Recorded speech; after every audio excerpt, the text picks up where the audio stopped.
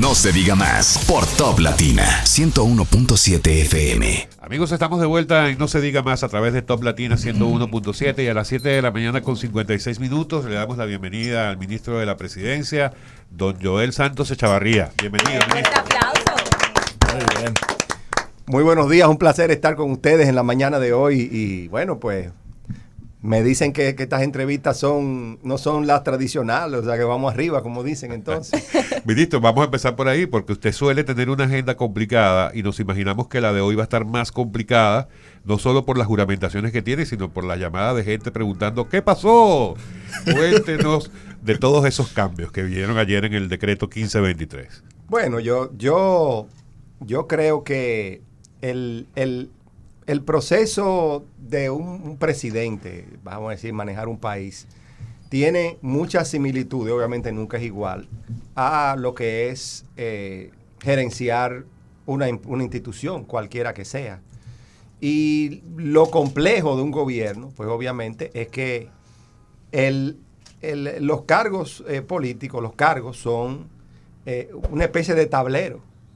Una especie de tablero donde claramente una posición por sí sola pues no se define, vamos a decir, mirándola de manera separada, sino que un gabinete y todas las posiciones son un conjunto de cargos que tienen un balance entre sí. Y a veces por eso las personas no comprenden los cambios que hacen los presidentes, porque se trata de mantener todo un balance dentro de un gobierno con una cantidad importante de variables. Entonces a veces la gente se dice, no, pero ¿por qué a fulano lo movieron de aquí para allá? ¿Y por qué este va de aquí para allá? ¿Y por qué? Entonces no entiendo. Si alguien pudiera decir, bueno, pero si no lo está haciendo bien, ¿por qué lo ponen en otro lugar? Bueno, la realidad es, señores, que eso, un presidente y un equipo de gobierno pues va viendo cuáles son tus fortalezas, cuáles son tus debilidades. No quiere decir, el hecho de que quizás pueda mejorar algo en una instancia, no quiere decir que esa persona pueda hacerlo bien en otro lugar, debido a las características que pueda haber desarrollado. También hay que ver el entorno, tal vez la persona lo está haciendo bien, pero tal vez es necesario en otro lugar. También puede darse el caso porque hay que mirar el entorno con el cual tú trabajas, es decir, la combinación de posiciones que están alrededor de ti para ver cómo tú funcionas. Es como un equipo de baloncesto. Y voy a utilizar un ejemplo. A mí me gusta mucho el deporte y creo que el deporte muchas veces refleja pues estas realidades. Tú puedes ser un gran tirador, pero tú puedes no cuajar particularmente en un equipo. Entonces hace falta que te lleven a otro equipo donde probablemente sí puedas funcionar.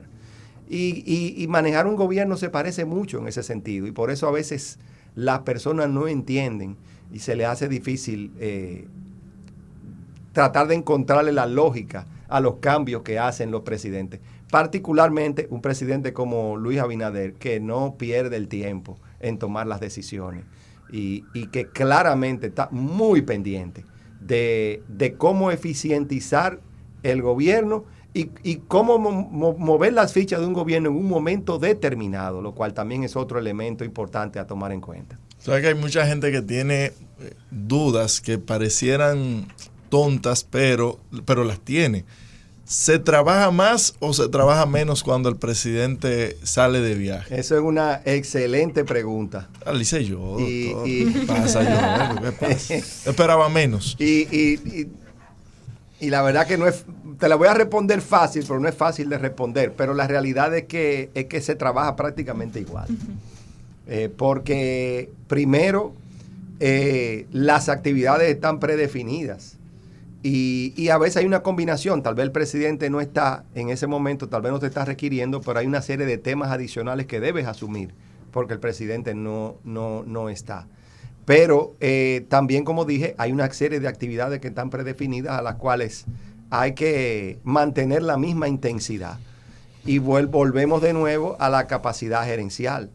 Dentro de tu capacidad gerencial, aún tú estés fuera de vamos a decir, del lugar de trabajo, estamos generalizando, pues claramente tú tienes una dirección de tu equipo lo suficientemente afinada para todo el mundo saber lo que tiene que hacer. Ministro, ya usted tiene unos 6 meses ocupando esta posición, ministro de la Presidencia. Mira, no lo he sumado, pero pues van por ahí. Parecen 2 años, pero... Desde julio. Desde julio ya son unos 6 meses. Sí, es correcto. Mira, no había hecho la cuenta. Gracias. Sí, claro. ¿Cuál ha sido el reto más importante en estos 6 meses? Buena pregunta también. Mira, ustedes me están haciendo preguntas que yo no he pensado. Comenzando hasta la del tiempo. Te vino a traer números y cosas, pero le estamos Yo dando... vine con mi carretilla, pero sí. Pero bueno, la realidad es que yo creo que el principal reto para mí, claramente yo vengo del sector privado, donde he estado por más de 30 años. Obviamente hice una especie de transición en los primeros 2 años de gobierno porque también dirigía FP Reservas, que vamos a llamarle una especie de empresa mixta, si lo podemos llamar en ese sentido, una combinación con muchos elementos de una institución privada, con un gobierno corporativo bastante definido como una institución privada, pero también con características de una empresa pública. Y la verdad que esta transición me ha ayudado mucho, porque me ha sido una especie de transición suave a lo que ya es un gobierno puro y duro. Y el principal reto, sin lugar a dudas, es ajustarme a la velocidad del sector público, donde hay que decirlo, aún en estas circunstancias, debido a los procedimientos, a los procesos que hay que llevarle, que si la 340, que si todos estos temas, pues claramente los procesos son un poco más definidos, llevan un poco más de menor velocidad que lo que normalmente uno se encuentra en el sector privado. Y es lo que yo he tenido claramente que adaptarme. Fuera de eso, vamos a decir, es el aspecto del reto. Pero lo positivo, lo que verdaderamente yo digo que no tiene precio, es el impacto, o cuando uno ve el impacto de las decisiones que se toman en el gobierno, sobre todo en la población. Y yo he vivido, digo lamentablemente, he tenido que vivir algunos aspectos que me han reflejado crudamente esa situación. Me ha tocado en este poco tiempo, pues dirigir 2 recuperaciones, o vamos a llamarle sobre 2 calamidades atmosféricas que el país sufrió. Una fue con el huracán Fiona, me tocó ir al este del país, particularmente a Tomayor, donde tuve que arrancar en medio de la tormenta. Recuerdo, el presidente me dijo, así mismo, palabras textuales, vete para allá. Y en medio de la tormenta fui allá a Tomayor y conduje junto con un equipo de la provincia, con la gobernadora, con el senador, con los diputados, el alcalde, algunos de los alcaldes, pues toda la operación de recuperación de esa provincia. Y ahí, señores, uno puede ver el impacto de las decisiones que uno toma en la población. Y básicamente esa mirada de la gente cuando uno pues está tratando de socorrer, de ayudar, eso yo no le sé poner precio. Y lo mismo sucedió en la vaguada aquella que sufrió 4 de noviembre. La provincia, el Gran Santo Domingo particularmente. Me tocó ir o trasladarme a Santo Domingo Oeste, concretamente a trabajar. Y el impacto allá, pues la verdad que fue bastante fuerte.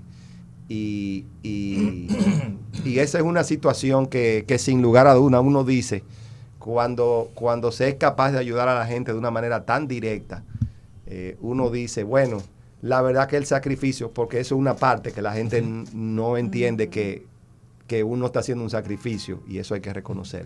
Ministro, pero ahí es que uno dice que vale la pena. Estamos en un punto en el que la oposición pareciera tener un solo argumento a través del cual o para atacar al gobierno del presidente Abinader, y es el desde el punto de vista de ellos, la ineficiencia del gobierno. Charlie Mariotti habla permanentemente de los Picassos, y que no pasan de los Picassos. ¿Cuáles son esas por lo menos 3 grandes obras que el gobierno tiene en este momento o en ejecución o a punto de terminar o que estén seguros que vayan a terminar antes del 24 para poder tumbarle ese argumento a la oposición? Sí, pero antes de responderte, también te voy a decir algo. Hay un riesgo muy grande cuando, los que conocen de deporte también saben que hay un riesgo muy grande de hablar en medio del juego. ¿Y a qué yo me refiero? A que el juego no ha terminado. Este gobierno está pasando sus primeros 2 años. Entonces, no se puede evaluar un gobierno que tuvo que comenzar obras por obras terminadas cuando se está a la mitad del juego. Entonces, yo creo que eso es una evaluación muy arriesgada. ¿Por qué? Porque este año se van a ver toda la finalización de obras. Entonces, ¿dónde va a quedar el argumento? Entonces, van a quedar como que no han estado observando los procesos de lo que se estaba llevando. Yo voy a hablar de las obras grandes, pero te voy a mencionar este fin de semana el presidente se trasladó a Higüey y hizo 3 inauguraciones. El domingo se hicieron más inauguraciones.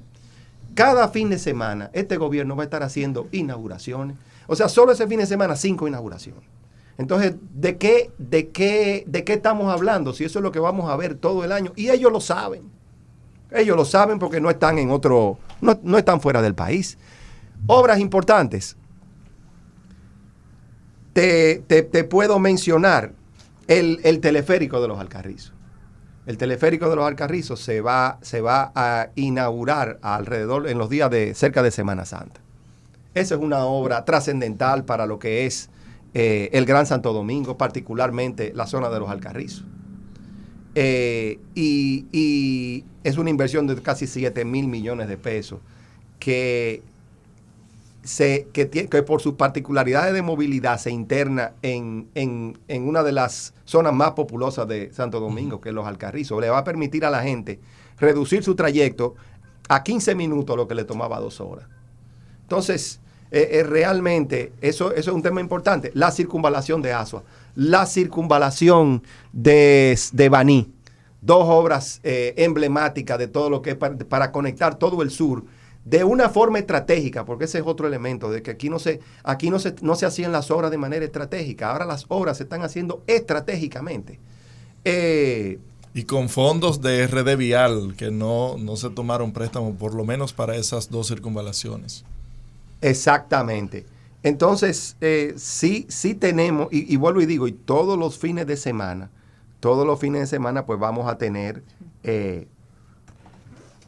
inauguraciones importantes de obras que la población pues va a poder, y vuelvo y digo, esas obras del sur son estratégicas porque te van a terminar conectando con uno de los proyectos más emblemáticos que tiene este país, que es el proyecto de Pedernales, que también si conectamos estratégicamente miramos que el proyecto de Manzanillo pues también es sumamente importante porque al final de cuentas estamos hablando inversiones importantes en zonas deprimidas del país y que tienen un efecto multiplicador importante sobre el resto de la economía. ¿Por qué? Porque en la zona de Manzanillo, con 46 millones de dólares, el gobierno va a generar una inversión privada de más de 2.000 millones de dólares. Y eso realmente son inversiones estratégicas. Eso es así, ministro. Me gustaría saber, usted se encuentra en un ministerio que tiene demasiadas cosas, desde Pedernales, ciberseguridad. Perdón, se me estaba quedando, no quiero dejar de mencionar la presa de Montegrande, se inaugura este año también. Que debo decir algo, la presa de Montegrande desde el 2008 al 2020 por fin será inaugurada. Avanzó un 40%. Wow. Y esa obra en estos 2 años se va a terminar completa. Sí. Bueno, mi pregunta entonces estamos hablando, yo no sé de qué eficiencia estamos hablando, pero bueno, seguimos. Y a propósito de que usted menciona esa satisfacción que le da poder colaborar a la calidad de vida de los dominicanos, me gustaría saber cuáles son esos proyectos, porque allá en el Ministerio de la Presidencia se trabajan muchos proyectos que son más a largo plazo, porque entiendo que se está trabajando en lo importante y en lo urgente. Y me gustaría saber cuáles son esos proyectos que usted considera que van a impactar mucho más la vida de los dominicanos, la calidad de vida. Familia Feliz. Este año Familia Feliz va a agregar unas 8,000 viviendas. Solamente Familia Feliz. No estamos hablando de Mi Vivienda, que va a agregar otras 6,000 viviendas. Eso son mucho más viviendas de lo que... 8,000. En el 2023, 8,000 viviendas se van a añadir. De hecho, este fin de semana en Higüey se inauguraron las primeras. También estamos hablando de otras obras de movilidad importantes que se están desarrollando, el monorriel de Santiago, el teleférico de Santiago, que también son importantes. Los proyectos de titulación, ya se han entregado títulos a personas y eso el impacto social que eso tiene. El presidente señala, y yo concuerdo con él, y a las que yo voy pues me pasa lo mismo. El presidente señala que sus actividades preferidas, y no quiero hablar en detrimento de las demás, son las entregas de títulos a las personas. Ya se han entregado unos 46,000 títulos en este gobierno, que también ya supera las cifras que se habían entregado en el pasado. Mérido Torres. El amigo Mérido Torres, que ha hecho un excelente trabajo en esa dependencia. Trabajamos muy de la mano en ese proceso. También estamos hablando se le ha dado una continuidad importante al proyecto de Ciudad Juan Bosch, que se había quedado a medio terminar en todas las obras. Todas esas obras se están trabajando este año y se van a ir terminando. Todo lo que tiene que ver con los parques que necesitaban, las obras viales que necesitaba, el área de la unidad de salud, que tampoco se había terminado, los parques de béisbol que se van a comenzar, canchas de baloncesto. Es decir, hay una serie de obras que se habían quedado a medio talle y que en realidad se le ha dado pues una importante continuidad, porque ese es otro elemento que tiene este gobierno, y es que ha dado continuidad de Estado. Se han continuado las obras de Leonel, las obras de Danilo y las obras actuales se han ido desarrollando, porque no lo miramos como monumentos. Lo que evaluamos son cuáles son las verdaderas necesidades que tiene el Estado. Había obras, señores, yo lo voy a decir, que tenían una importancia fundamental, que el gobierno anterior no las terminó y que había que darle continuidad. Eran buenas ideas, y como son buenas ideas, pues hay que darle continuidad. Señor ministro, entrando en materia política, todo parece indicar que el presidente Luis Abinader optará por 4 años más en el gobierno, que tiene todo su derecho. Sin embargo, hay escollos, hay tropezones muy fuertes para él superar, por ejemplo, lo que es el alto costo de la vida, las quejas de la población cuando va al supermercado, la inseguridad pública, que tiene muchas quejas en República Dominicana, entre otros temas también, como la inmigración de indocumentados haitianos, sobre todo, que dicen los dominicanos que le están quitando el país y que el gobierno está en la inercia total. ¿Cómo hará el presidente Luis Abinader para conformar a esa población o para convencer al pueblo que vote 4 años más cuando no supera esas quejas que tiene la población? Bueno, mira, vamos por parte, como dicen. Jack el Destripador. Jack el Destripador. Lo primero es que yo no puedo opinar sobre la reelección, porque yo creo que el presidente es el que tiene que tomar su decisión. Ahora bien, como estamos frente a un estadista, sí te puedo tocar los 3 temas que mencionaste, y esto es independiente de la decisión que el presidente vaya a tomar, porque son temas de importancia que claramente el gobierno tiene que afrontar. Lo primero es, señores, que hay que entender el escenario en el que, hablando de la parte del costo de la vida, de los alimentos, hay que entender en el escenario en el cual el país se ha tenido que mover desde el 2020 al 2022, que yo de hecho le voy a decir una frase que he mencionado en algunas ocasiones, y yo digo que el presidente Abinader tuvo la mala suerte de que le tocó gobernar en un periodo tan difícil. Ahora bien, el país tuvo la suerte de que le tocó Luis Abinader. ¿Cómo?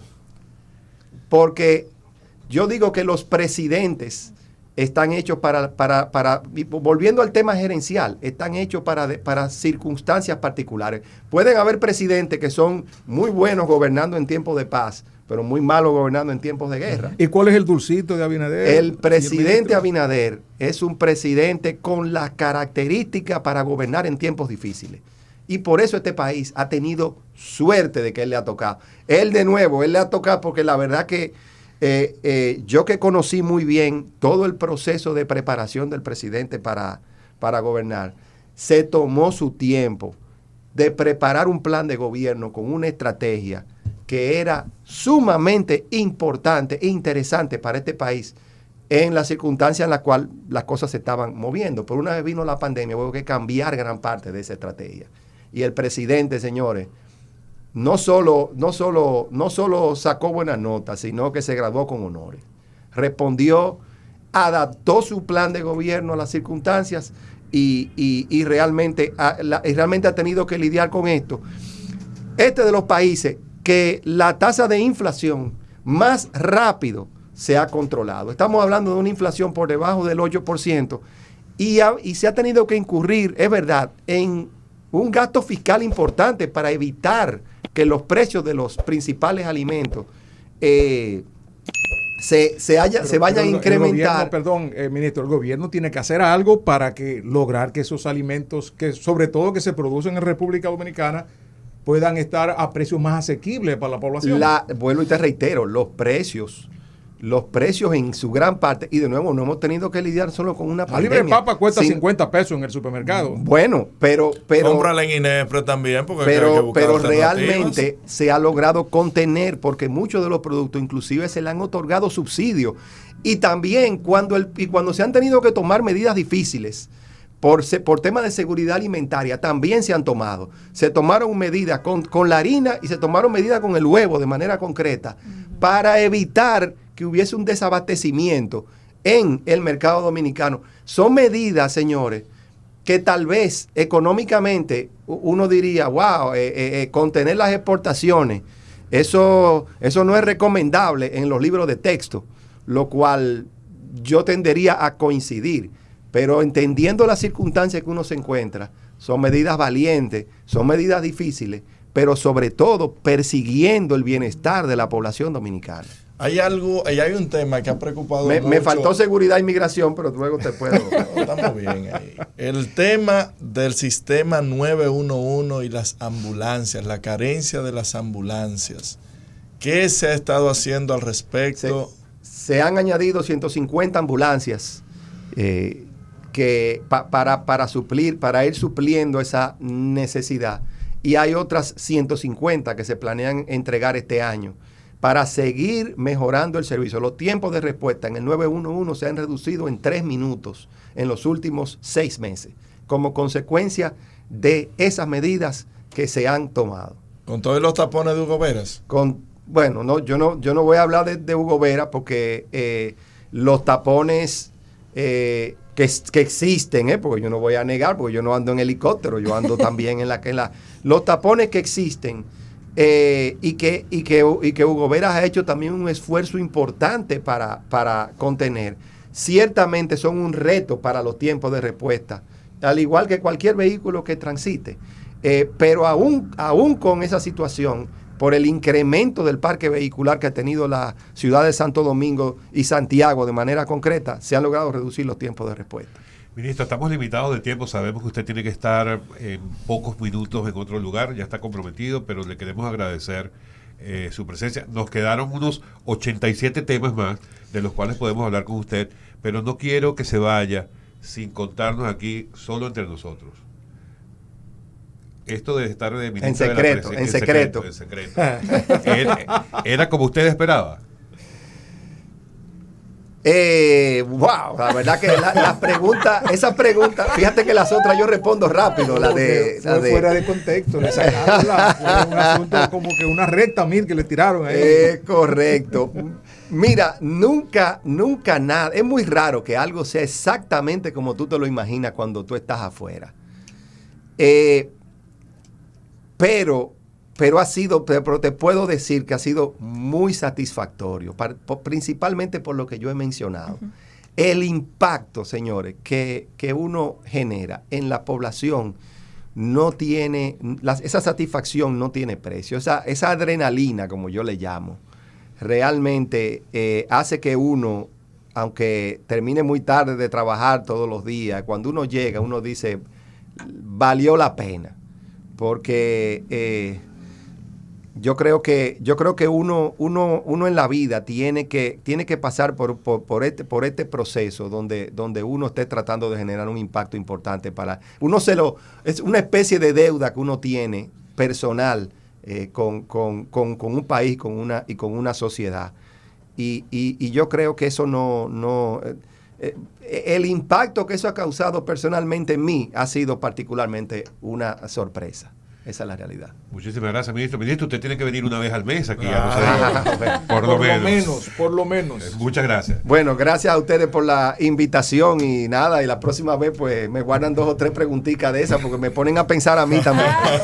Amigos, ha sido el ministro de la Presidencia de la República, Joel Santos Echavarría, en No se diga más. Ya vuelvo. No se diga más por Top Latina 101.7 FM.